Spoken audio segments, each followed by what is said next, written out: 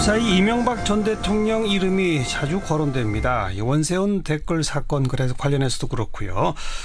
이명박 하면 또 떠오르는 기자가 있죠. 바로 주진우 기자입니다. BBK 건, 내곡동 사저 이런 것들을 특종 보도해서 이 특검으로 쭉 이어지게끔 만들었던 주진우 기자. 이번에 주진우의 이명박 추격기라고 하는 책을 펴냈네요. 그래서 오늘 스튜디오에 모셨습니다. 어서 오십시오. 안녕하십니까, 주진우입니다. 네. 얼마나 추격한 겁니까? 10년이 조금 넘었네요. 네. 다른 건 몰라도 다른 취재 하다가요. 네. 이명박 대통령하고 이명박 대통령의 돈 얘기가 나오면 무조건 달려갔습니다. 그래서 많이 다녔습니다. 미국도 여러 번 갔고요. 네. 싱가포르, 홍콩, 스위스, 독일, 조세 피처인 버진 아일랜드 쪽에 있는 케이만군도 또 다녀왔습니다. 그래서. 책상에 아예 그 이명박 전 대통령 관련된 박스가 따로 있다면서요? 저는 정리벽이 없어서요. 기자로서 되게 치명적인 일인데 그런데 이명박 대통령 자료는 많이 모으지는 못했어도 한 10박스 이상 있습니다. 책상에 가장 중요한 열에 있는 책은 다 이명박 관련 서적이고요. 밑에 왜 그렇게 쫓아요? 저는 정치가 국가가 국민을 위하고 국민의 생명과 안전을 위해야 된다고 이렇게 생각하는데 네. 이명박 대통령은 국가를 자기 사익을 위해서 썼다고 이렇게 봅니다. 이명박 정부 때 그 대한민국의 법치주의, 민주주의가 역행했고 이 모든 것이 이명박 대통령과 그 주변 사람들의 이익, 특별히 돈에 의해서 이렇게 결정이 됐다고 보기 때문에 제가 이명박 대통령은 꼭 좀 쫓아다녀야 되겠다 생각했습니다. 그래서 이 책의 부제가 저수지를 찾아라. 네. 그 저수지는 바로 그 돈이 모여있는. 네네. 비자금 저수지를 말합니다. 네. 사실 4대 강도 그렇고 자원외교도 그렇고 큰 굵직굵직한 국제사업마다 돈이 여러 군데에서 사라집니다. 아시다시피 큰 자원외교 사업에서도 그 회사를 샀더니 이 회사는 꽝이었다, 없었다 그러면서 돈이 없어졌다. 어디 가서도 어떤 사업도 없어졌다. 이런 건이 많았지 않습니까? 근데 그 돈이 사라지는데 한 곳에 모인다는 그 첩보와 정보를 가지고 제가 좀 뛰어다니기 시작했습니다. 그게 이 비자금 저수지를 말합니다. 네. 그런데 지금 언급하신 4대강 특히 자원외교, 네. 자원외교 캐나다 하베스트가 크고요. 그다음에 어마어마한 돈을 투자했는데 네. 다 날렸다. 네. 이런 얘기들은 우리도 많이 방송을 했는데 네. 그러면서 많은 분들이 혹시 이게 이명박 전 대통령 무슨 비자금과 연관되는 거 아니야라는 의심은 할 수 있는데 네. 아직까지 아무런 근거도 나온 바는 없잖아요. 네, 그렇습니다. 이번에 잡았어요? 잡지는 못했어요. 그런데 그 제보와 정보를 가지고 그 주변까지는 쫓아갔습니다. 몇 년 전에 한 분이 이렇게 찾아왔습니다. 그런데 그분은 이명박 대통령의 측근이었고 같이 자원외교 관련된 비즈니스를 했다고 합니다. 성공적으로 그 프로젝트를 완성해서 자기도 어마어마한 목돈을 가지고 그리고 외교관 여권을 받고 해외로 나갔어요. 나가서 해외에서 쇼핑하고 여행하다가 보니까 한국에서 다른 공범들은 잘 살고 있는 거예요. 자기만 해외 도피를 한 거예요.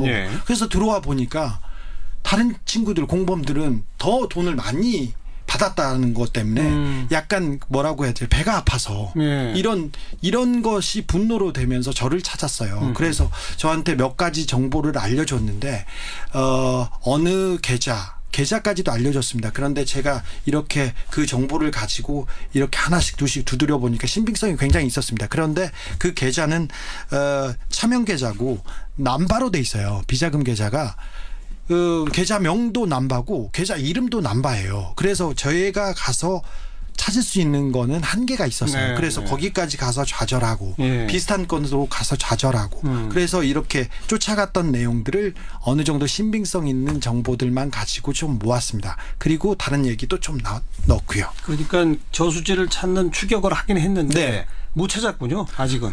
실패했다고 하는데 아직 저의 저수지 찾기는 아직 진행 중입니다. 계속 되겠습니다. 그런데 의심은 가지만 입증이 안 됐을 때 이거는 어떤 액수가 이명박 전 대통령의 돈이다. 네. 이렇게 주장하면 특정할 수는 없죠. 그렇게 되면 명예훼손 되는 거 아닙니까? 그렇죠. 예. 예. 안 그래도 제가 이명박 정권에서 이명박 대통령 주변에서 소송을 너무 많이 당해가지고요. 아직도 여러 건이 있는데 네. 이 부분도 소송을 감수하고 쓰기도 했지만 소송에서 제가 이명박 대통령 측근들한테 소송을 여러 건 당했지만 다 이겼어요. 아직 감옥에 안 가고 네. 있습니다. 네. 그런데 이 부분도 다 제가 증명해낼 수 있는 부분만 썼습니다. 저수지의 실체를 파악하는 것까지는 실패했으나 네.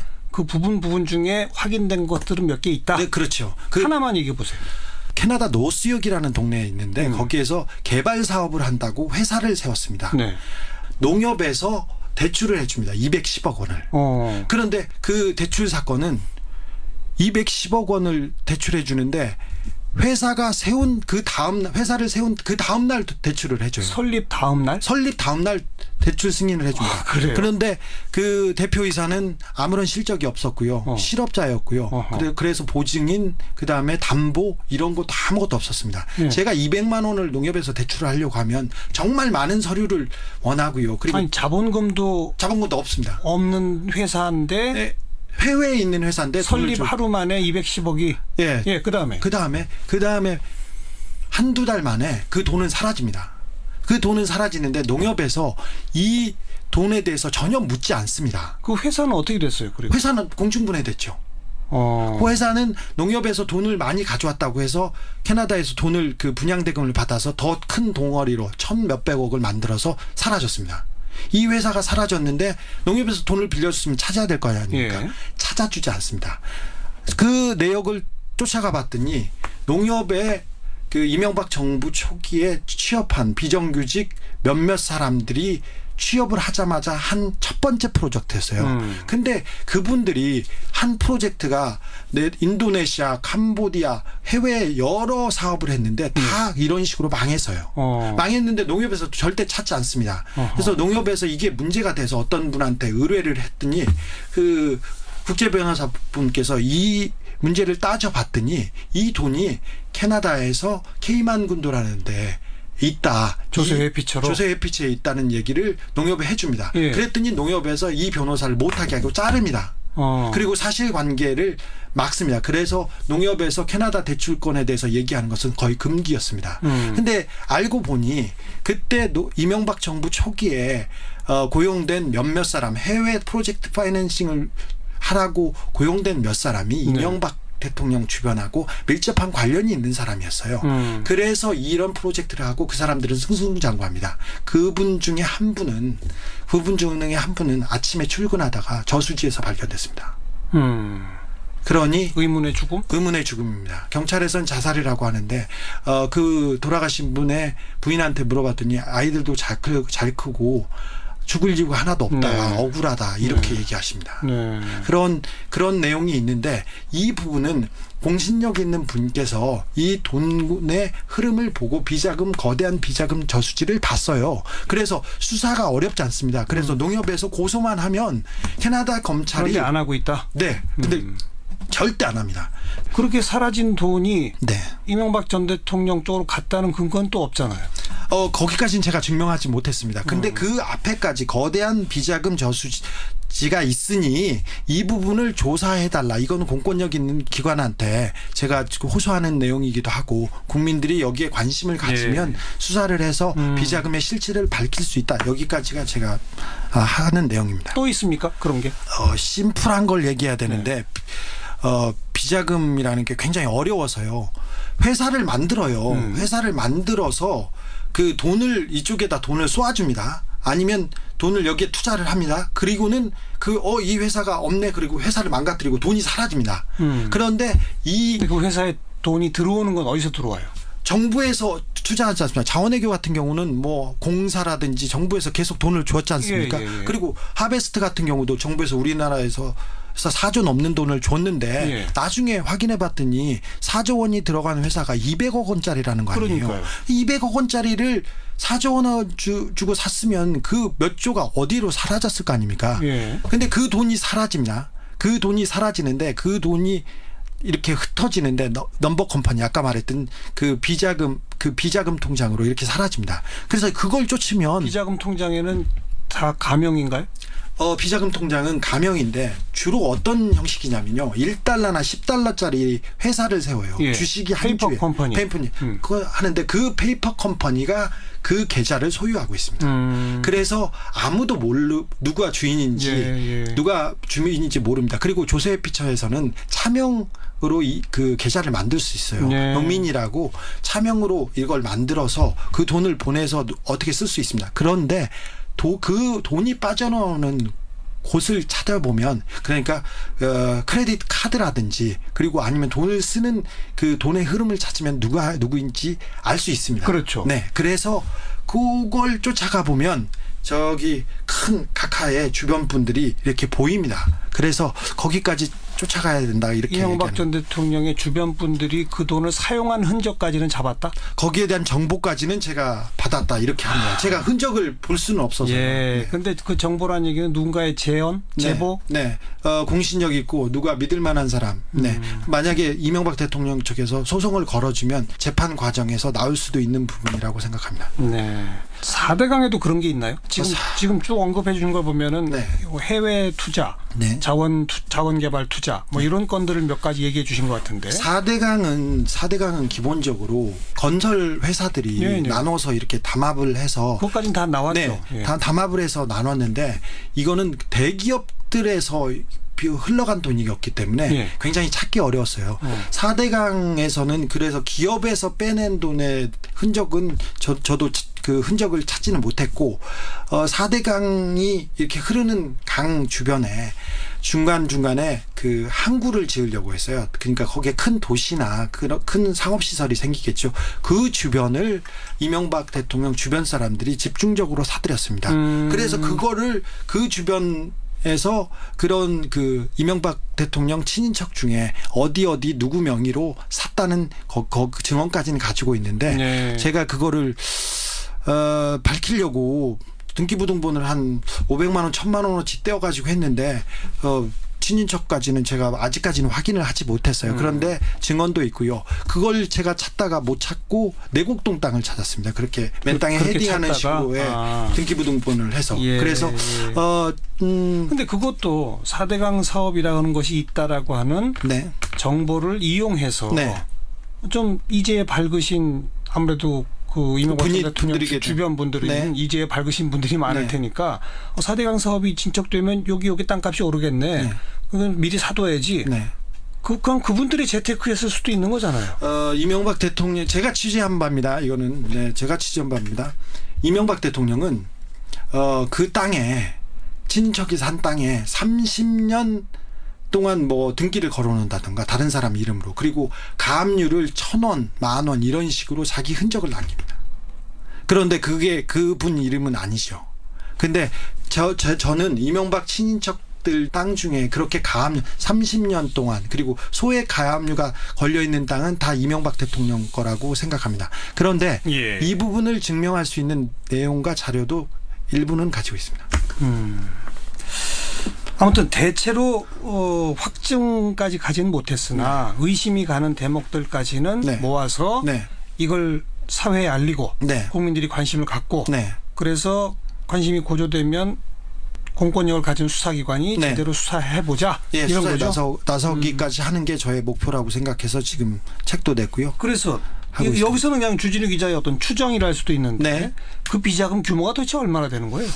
제가 그 비자금을 쳐다보지 못했고 계좌를 보지 못해서 말할 수는 없는데 대통령의 측근한테 얘기했습니다. 그 돈을 만지거나 볼 수도 있는 사람 비서였으니까 그런 사람한테 물어봤는데 제가 두 사람한테 물어봤는데 한 분 물어봤는데 그럼 주기자는 얼마나 될 것 같아? 그렇게 얘기해서 처음에는 한 1, 2조 이렇게 생각했는데 나중에 취재할수록 늘어나서 나중에 말했을 때는 제가 한 30조 되는 것 같습니다. 그랬더니 그 이명박 대통령의 측근이 그래도 지금까지 본 사람 중엔 제일 가까운 것 같아 이렇게 얘기합니다. 그리고 어떤 다른 분은 한 10조 정도 된다고 하는데 이명박 대통령의 회사로 의심되는 다스는 뭐 이명박 대통령의 회사입니다. 사실은. 근데 이 다스가 2000년대 초만 해도 한 2천억 3천억 정도의 재산 가치가 됐었어요. 그리고 매출액도 1000억 정도 이렇게 됐었는데 지금은 매출액이 3조대고 10조 원 이상의 자산 가치를 가진 회사가 됐습니다. 그래서 이런 회사 그리고 이상득, 이지영 씨 그리고 그런 친인척 이상득 씨는 형이죠. 이지영 씨는 큰형의 그 아들입니다. 이상득 씨의 아들. 그러니까 조카군요. 이명박 대통령. 맥커리에 계시다가 골드만삭스에 있다가 싱가포르 갔는데 이분은 이명박 대통령의 자금을 관리한다고 의심받는 분입니다. 그리고 뭐 이상은 씨 큰형이라 이기선 씨 그 범 가족들을 다 합해보면 저는 30조 정도 된다고 저는 추정합니다. 왜 그렇게 돈에 집착을 했을까요? 저도 놀라운 것이 이분은 돈에 대해서는 물러섬이 없어요. 이분이 이미 어마어마한 자산가고 네네. 대통령까지 했고 네. 검소하신 분이 부족함이 없잖아요. 네, 부족함이 없어요. 저 식당에 가면 4명이 가서 가면 꼭 2인분씩 시키세요. 개고기집에서 2인분 시켜가지고 항상 그 주인을 그 당황스럽게 했던 그런 분이고 그런데 돈은 140억을 아까 김경준 씨 계좌로부터 이렇게 돌려받았는데 2011년도에 그러니까 이명박 대통령 재임 시절에 그때 공권력을 통해서 외교부를 통해서 그 돈을 돌려받았어요. 그런 걸 보면 그 돈을 받으면 BBK가 관련이 있다는 게 분명해지는데도 그 돈을 포기하지 못하는데 이거는 천성인 것 같습니다. 제가 보기엔 이명박 대통령 주변에서는요. 돈에 대해서는 절대 물러서지 않고 돈을 버는 것에 맛이 들어가지고요. 그래서 돈 버는 재미에 다른 생각을 안 하시는 것 같습니다. 그 측근으로부터 대략 비슷하다 네. 추정된 게 네. 30조 그러나 네. 그거는 그 일가 전체를 네, 그렇습니다. 말하는 것이고 거기에는 지금 뭐 버젓하게 가고 있는 기업체들도 포함되어 있는 것이다. 네, 그렇습니다. 단순히 그냥 무슨 조수해피처의 비밀 계좌 이것만은 아니로군요. 네네, 뭐 거의 전체 규모로 보면 전체 규모는 그 정도 된다고 봅니다. 라고 의심하고 있다. 네, 그렇습니다. 네. 네. 계속 아직 그 확증이 없는 의심 수준이어서 특별히 여기서는 그렇게 해야 됩니다. 방송에서 나가면 여기까지 소송 당하면 제가 좀 미안하지 않습니까? 그럼 뭐 이명박 전 대통령도 관련돼서 최근에 시끌시끌한 게 국정원의 댓글 부대 그 규모나 숫자 네. 이런 게 뭐 아직 그것도 확인된 바는 아닙니다만은 새롭게 국정원 적폐청산 태스크포스 팀에서 밝혀냈잖아요. 네, 그렇습니다. 근데 여기도 주진우 기자가 무슨 역할을 했어요? 아니 그런 건 아니고요. 이명박 대통령이 계신 곳은 제가 취재를 열심히 하고 있습니다. 그래서 댓글 관련돼서 아르바이트 3천 몇백 명한테 이렇게 했다고 이런 내용도 있는데 앞으로는 국정원에서 그 화이트리스트 그러니까 자기네들 도와주는 건전단체라고 말합니다. 예, 예. 그 사람들은 건전단체라고 말하는데 보수단체에 돈을 매달 돈을 줬어요. 거기에 있는 어떤 사람들한테도 돈도 주고 변희재 씨한테도 매달 돈을 주고 그다음에 수구단체들한테 돈을 줬는데 그 부분이 앞으로는 조금 더 문제가 될 거라고 생각합니다. 그 책을 가지고 네. 뭐 OST도 만든다고요? 네, OST가 나왔습니다. 네, 만들어졌습니다. 가수 이승환 씨가 네. 그분이 좀 정의로워서요. 그리고 정의롭고 그분이 사회적인 발언을 하게 된 게 이명박 대통령의 악행을 보고 그랬다고 하는데 그분이 제가 이명박을 추격하는 이 부분에 굉장히 안쓰럽게 생각하고 도와주는데 제가 책 내는 걸 보고 그걸 보고 자기가 OST를 만들었습니다. 북 OST인데 아마 전 세계 최초일 겁니다. 그러니까요. 오리지널 사운드 트랙이 OST잖아요. 네. 그거는 영화에 들어간 영화나 드라마에 음악이잖아요. 네. 북 OST라는 게 있어요. 네, 북 OST 잘 모르겠습니다만 이번에 처음 만들었습니다. 이 책 내용을 알려주는 노래 이런 겁니까? 책 내용이기도 하지만 그 이명박 대통령이 우리 그 사회를 어떻게 생각하는지 그런 내용입니다. 이름은 돈의 신인데요. 뭐 첫 줄은 그렇습니다. 너인 고작 사랑이나 사람 따위를 믿지 난 돈만 믿어 이렇게 하면서 이렇게 얘기하는 건데 네. 이 사회가 조금 비뚤어지고 잘못된 게 이런 이명박 대통령 같은 권력자가 있었지 않나 이런 생각에 OST도 만들었습니다. 영화로도 만드십니까 이 책이? 이 책이 영화사에 제가 책을 쓴다고 할 때부터 영화사에 판권이 팔렸고요. 다큐멘터리도 나옵니다. 예. 제가 이명박 대통령에 대한 칭송은 계속하고 있어서 네. 국민들한테 좀 환기시키려고 여러 가지 작업 발표를 하고 있습니다. 그럼 이 책이 이명박 추격기 완결판이 아니로군요. 네, 시작입니다. 시작판이로군요. 네, 이제 제가 이렇게 열심히 뛰어다녔는데 제가 실패했습니다. 알겠습니다. 하지만 더 하겠습니다. 더 해서 이제는 앞으로는 성공해 보겠다. 네. 시사인의 주진우 기자였습니다. 고맙습니다. 감사합니다.